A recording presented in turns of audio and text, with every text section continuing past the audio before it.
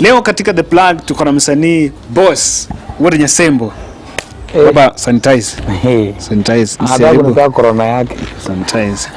Alafu mimi pia ni sanitize yangu ama? Okay. Sanitize yangu. Haya, shikia hii. Uniwekea kidogo bwana. Mimi ni mchoyo. Niaje bro? Niko poa. Wewe unajua tufanye interview? Aje sasa. Tufanye interview. Tunataka tupige story Boss. Kuna watu ambao hawakujui sana. Mimi nakujua. Hebu waambie Boss ni nani? Okay, kwa majina naitwa Steve Odhiambo. Mzaliwa wa Siaya. Village inaitwa Asembo. Jina usanii naitwa Boss Woody Nyasembo. Woody Nyasembo na Misha Nyasembo ni mama.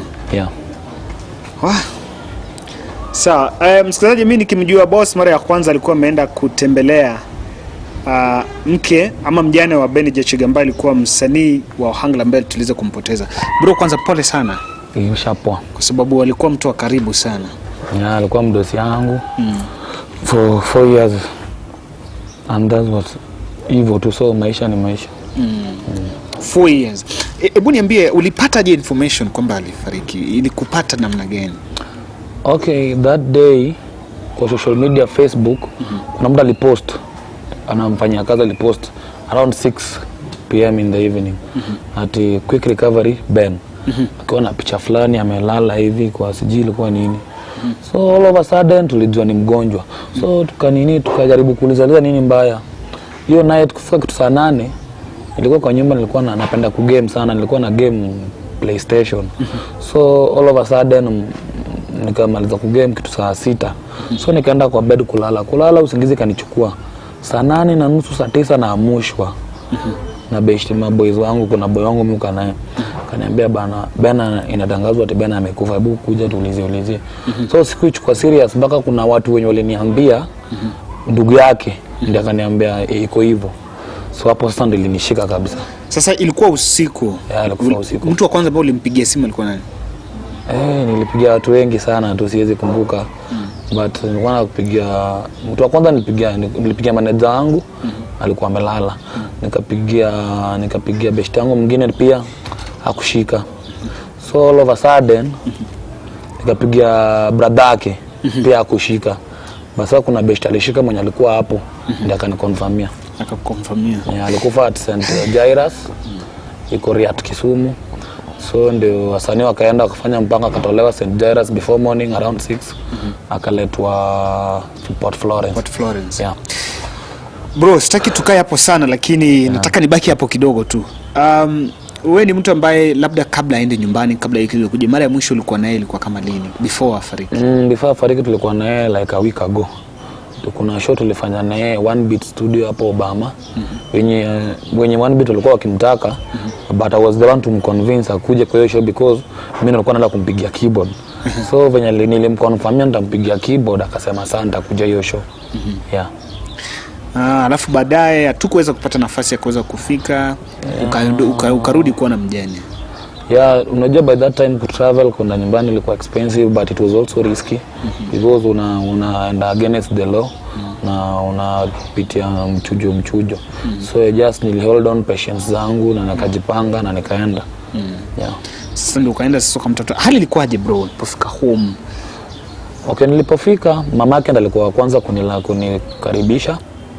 Before hata mimi nimuone, juu nilikuwa kwa gari na nilikuwa na crowd mingi sana. So before hata nifike huko youth, kunajua band tulianza naye kwa roots ile Kibos Center hapo. Ndio muziki wangu imeanza hapo nini. So venye nilifika pale kuna makanga alini noticed. Akanotice akaanza kushout na jina yangu. Sasa youth wakakuja tu wakaflock gari yangu hivi, gari yenye nilikuwa ndani kwa barabara hivi. Wakasema kama ni wewe tunakupeleka. They were chanting kama ni wewe tunakupeleka. So wakaanza kuarrange hizo mapikipiki nini, convoy nini. So mimi pia nikasema kama ni hivi ni Mungu alikuwa amepanga niende, acha niende hivi. So tulifika pale, tulienda tulikuwa wengi, almost 100 people. Tukafika, at least niliona mjane anakuna furaha, nilituona, alicheka. Na ile kidogo nilitembea nayo nilipeana.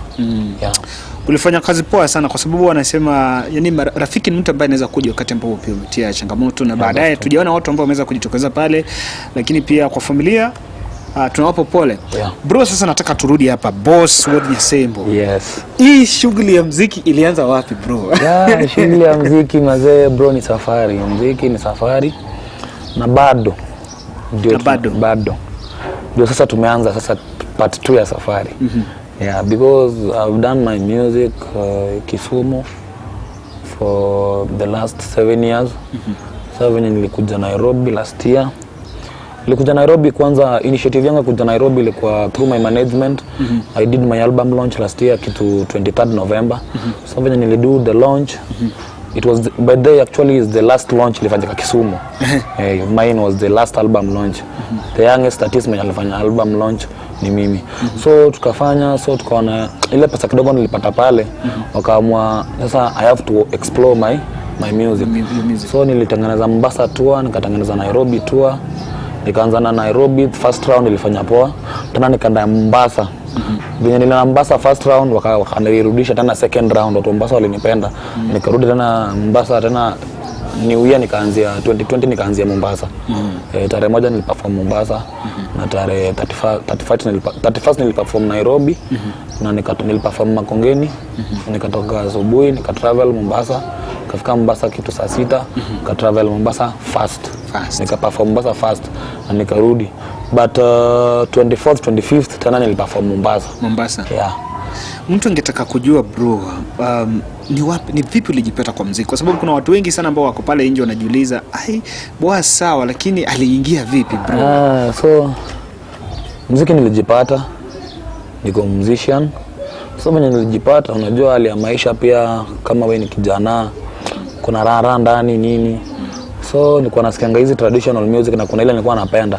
So like kama mimi ni msanii but kuna kule kijana mwingine akinisikia anatamani kuniona. So pia nilikuwa natamani kuona huyo msanii mwenye anapenda wimbo za. So siku nyingine niko hapo mtaani Kisumu na stall nikapata Onyango Jakadenge hapo. Tukaongea naye akanijamisha akaniambia wenda kwa manager wangu. So unajua nimekuwa hapo na ngoja manager. Kila mtu anaingia nadhani yeye ndo manager. So at long last manager akakuja akaniambia wewe unataka kazi kuja kesho na una report saa 7, job inaanza saa 8 ya mchana. Hapa unataka kazi ama unataka kwanza muziki? Nataka kujifunza. Sasa ule manager unajua ile ni kazi yake kuadmit watu kwa company. Sasa ananipea masheria. Unakuja saa 7, show inaanza saa 8 hadi saa 2. Na by that time unakuja kaa uko msafi, sina kiatu, niko na slippers na niko na nguo 3. Na naishi kwa mtu pia. Huyo mtu pia si relative wangu. Na yani it was just total hardship. So nilikuwa naishi ile maisha ya you wash and wear. Na wash kama sasa na mkasubuhi na osha long, nilikuwa ngangana ka 3 short 3 quarter inafika hapa hivi na slippers za bata za red. So hiyo ndio ilikuwa favorite. Sasa naosha asubuhi kabisa juu hiyo ndio inakauka haraka na ilikuwa kana jua hivi kauka na shine. Naenda pale najifunza. Pale pia nikienda naweza anza kama senior hajaingia. Senior akiingia mimi naikuwa senior sasa ni Jakadenge. Senior sasa. Lakini sa drumist pia senior because I was just a drumist. Hivyo malipo ilikuwa kidogo hivyo. Nikafanya bidii hadi sasa siku moja nilikuwa hapo mbele napiga hiyo drum na kuna msalo kwa napiga keyboard nyuma yangu. Na kitu kaniuma. Natamani kupiga keyboard. Na sijui anything kuhusu keyboard. So siku moja nikasema nikachukua tu keyboard, nikaanza kufinya tu. Nikazoea kufinya tu. Kunga nakuja tu asubuhi na ifinya. Kuingia ni kufinya tu. Kufinya tu. Hadi siku moja nilifinya kimoja yenye naweza enda ting hivyo tu. Nika maintain. Hadi tena siku moja nikajipata naweza unganisha mkono zangu mbili hivi. Nika maintain. Inamaanisha keyboard ulijifunza wewe mwenyewe? Mimi mwenyewe personally. Hakuna mtu alikukaa chini akamwambia boss hii sasa tunafanya hivi. Kitu nilirudi nikafanya after nilishajua naweza piga hivi zote mbili. Nitafuta ule mwenye anajua kama kuna kisi jui namuuliza. Kuna tu mbili niliulizanga tu za Osogo na nyingine ya Boy Landlord, mbili tu. Lakini the rest nilikuwa mimi ni ule mtu mimi nasikia na masikio, then I do it in practical. Hadi saa hii. Sasa baadaye ulipotoka pale kwa Jakadenge ulielekea wapi? So after kwa Jakadenge gazi ilikuwa na mianda. nikaenda kwa Dick Jabondo na mianda, nikaenda kwa Freddy. Juu Freddy tulikuwa naye kwa Jakadenge na akafungua yake. By the time alikuwa anafungua yake, huko ilikuwa imeanza kulikuwa na shida kidogo. So mimi nikasema nilikuwa naishi mahali, nikatoka hapo nikaenda kukana best yangu. So nakana best yangu, na kama best yangu akona arrears ya rent bwana miezi 3 tunaja niambia.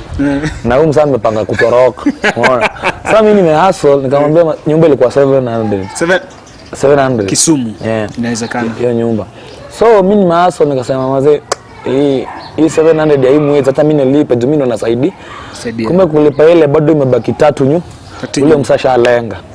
Mimi nikasema hivi, mimi narudi kwa band ya Freddy. Nikaenda kwa band ya Freddy, nilikuwa nalipwa tuseme nikipiga show leo nalipa 250. Natembea from Kibos na mguu hadi Nyalenda na save 200. Tena nikaenda from Kibos to Nyalenda, unajua si karibu bana. Yeah, I was walking.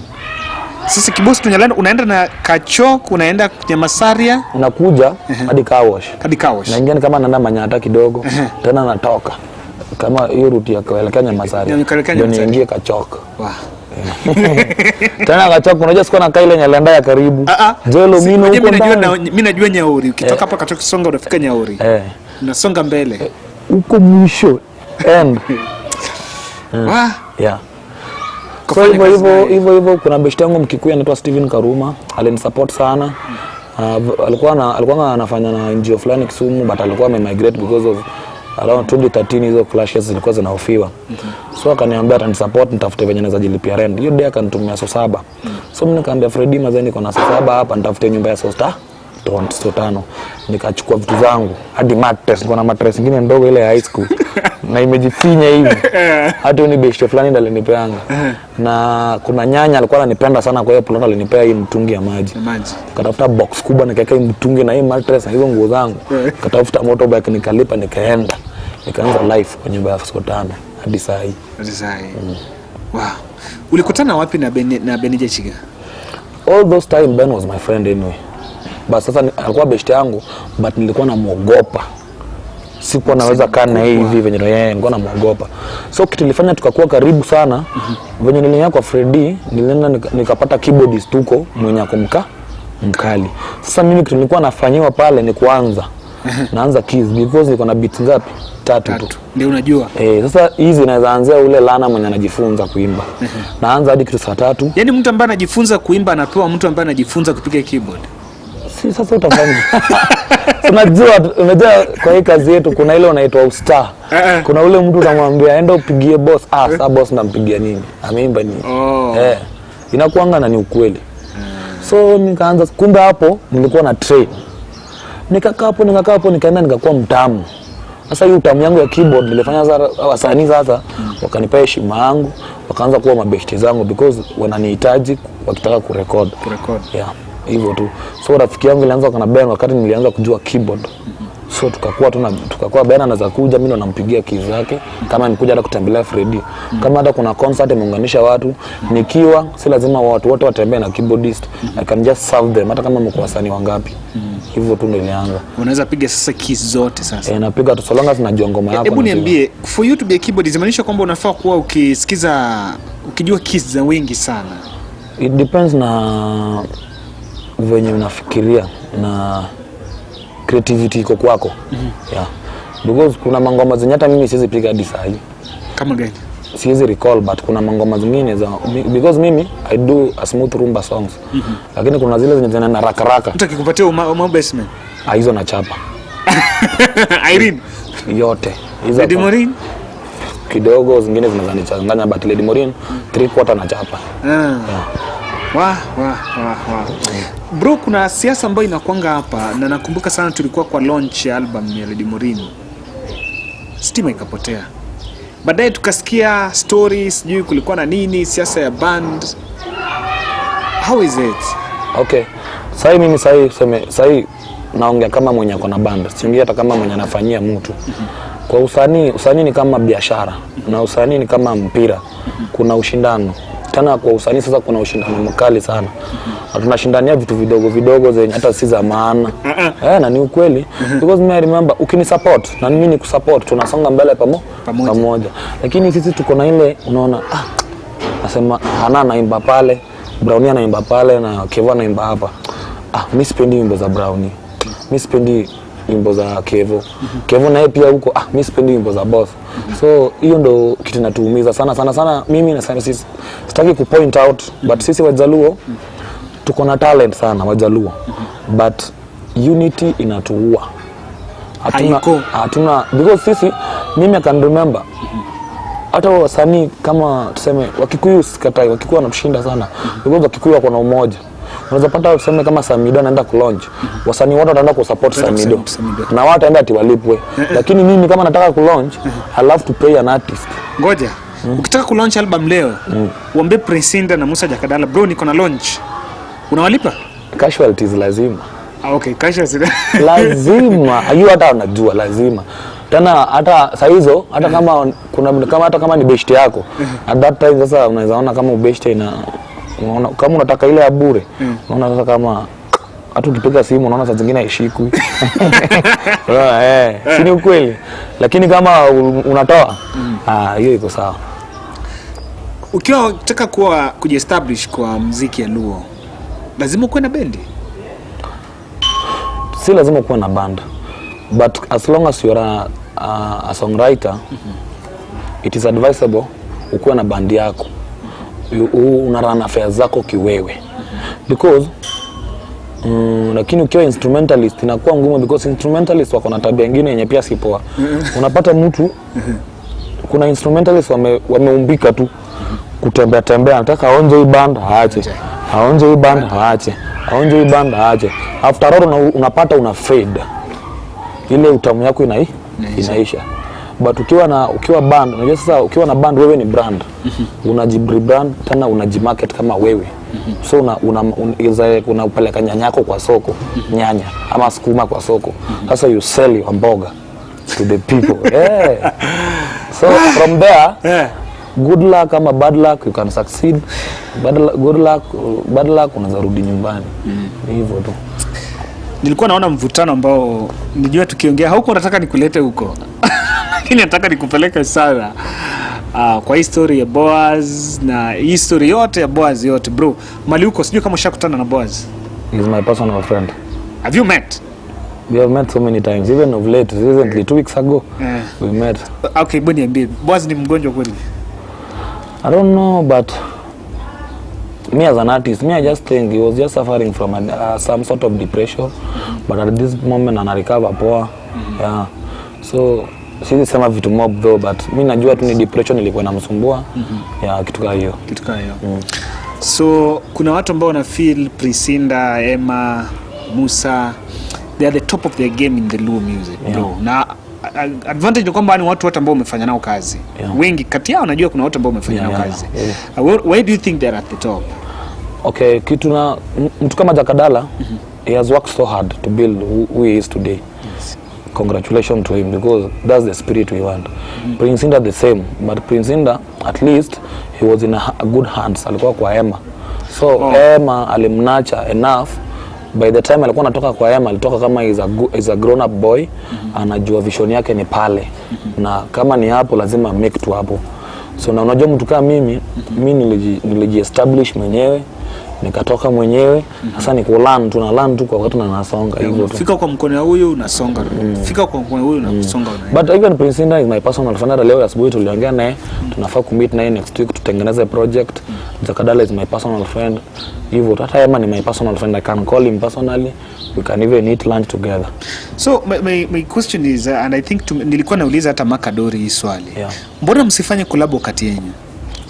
Hapo tunakuanga na ushindani mkali sana because unapata mimi naweza kuwa na roho poa ya kufanya na wewe collab, lakini wewe utaona mimi nataka kutumia jina yako.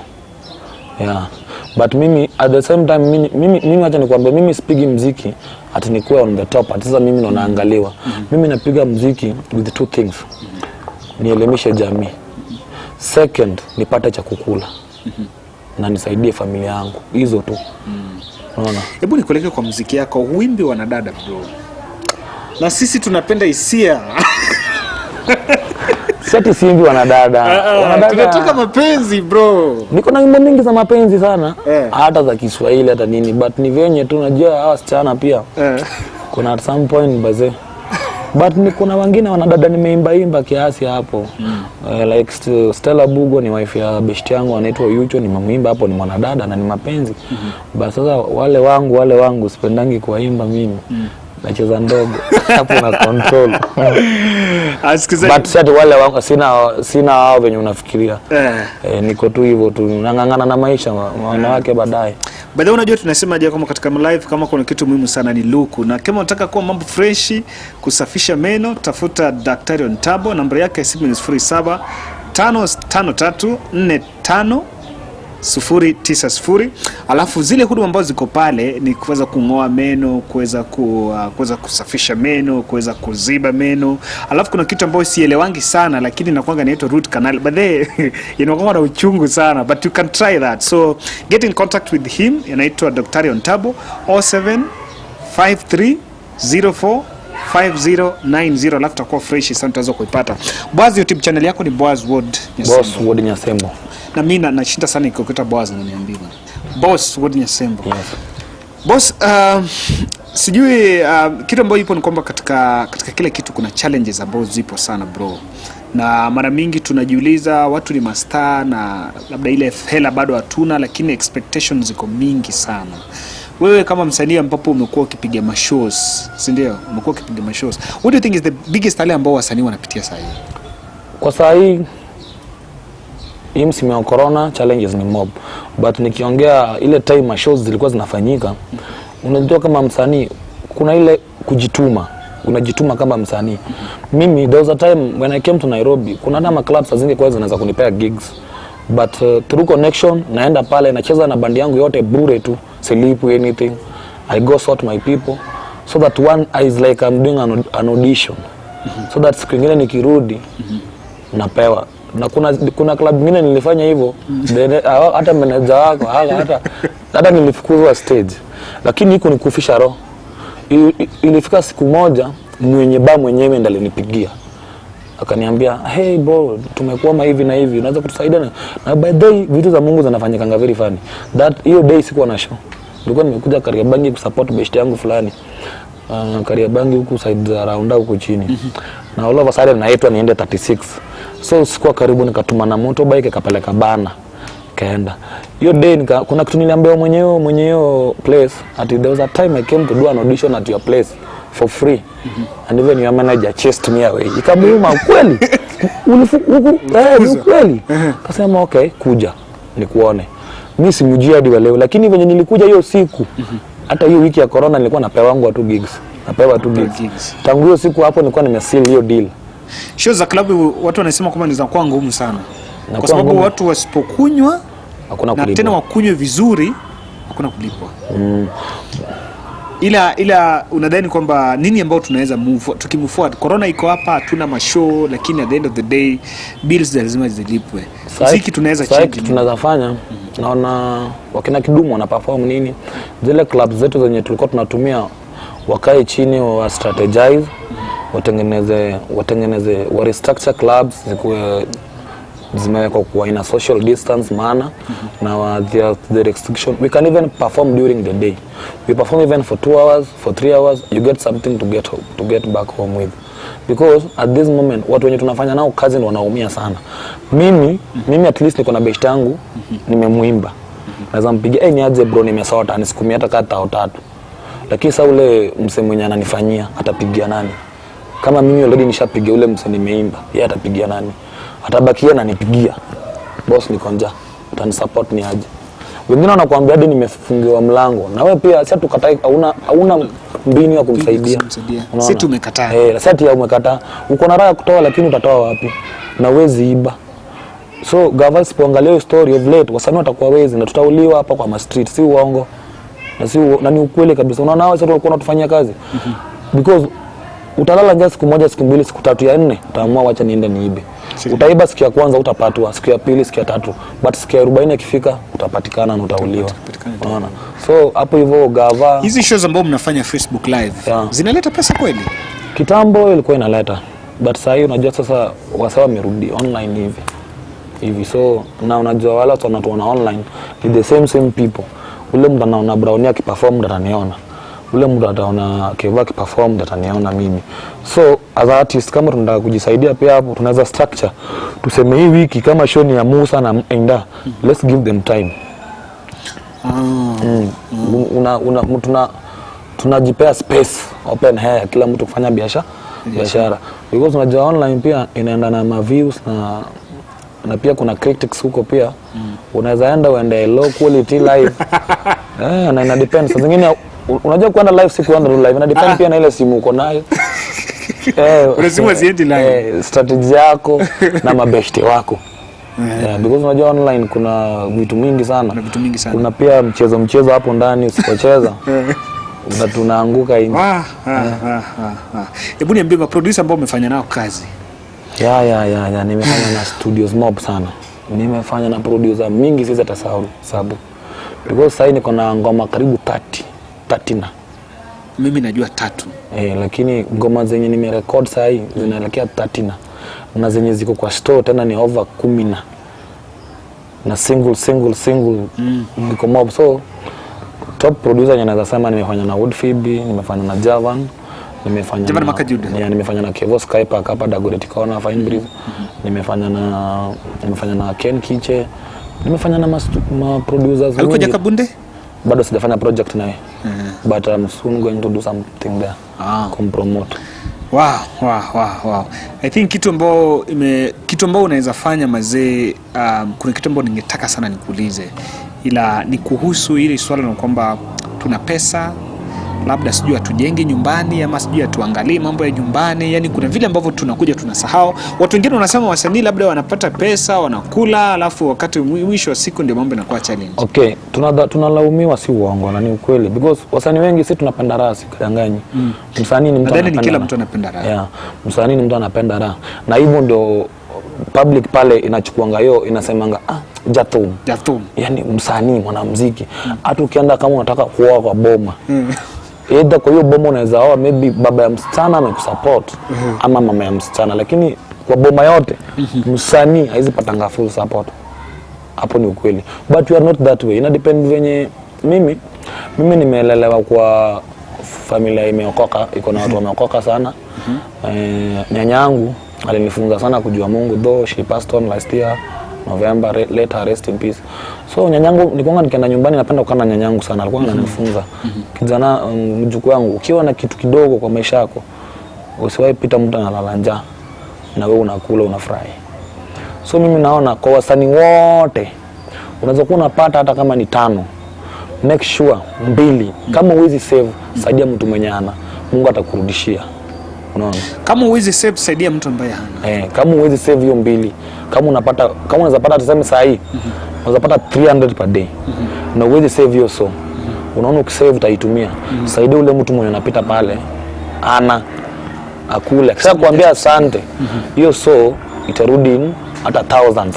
Then sasa utasave. Si ni kweli? Basi nimekubali. Sijui utanipa mstari gani? Nipe tu moja tu. Kamera yako najua iko. Nipe tu yote tu.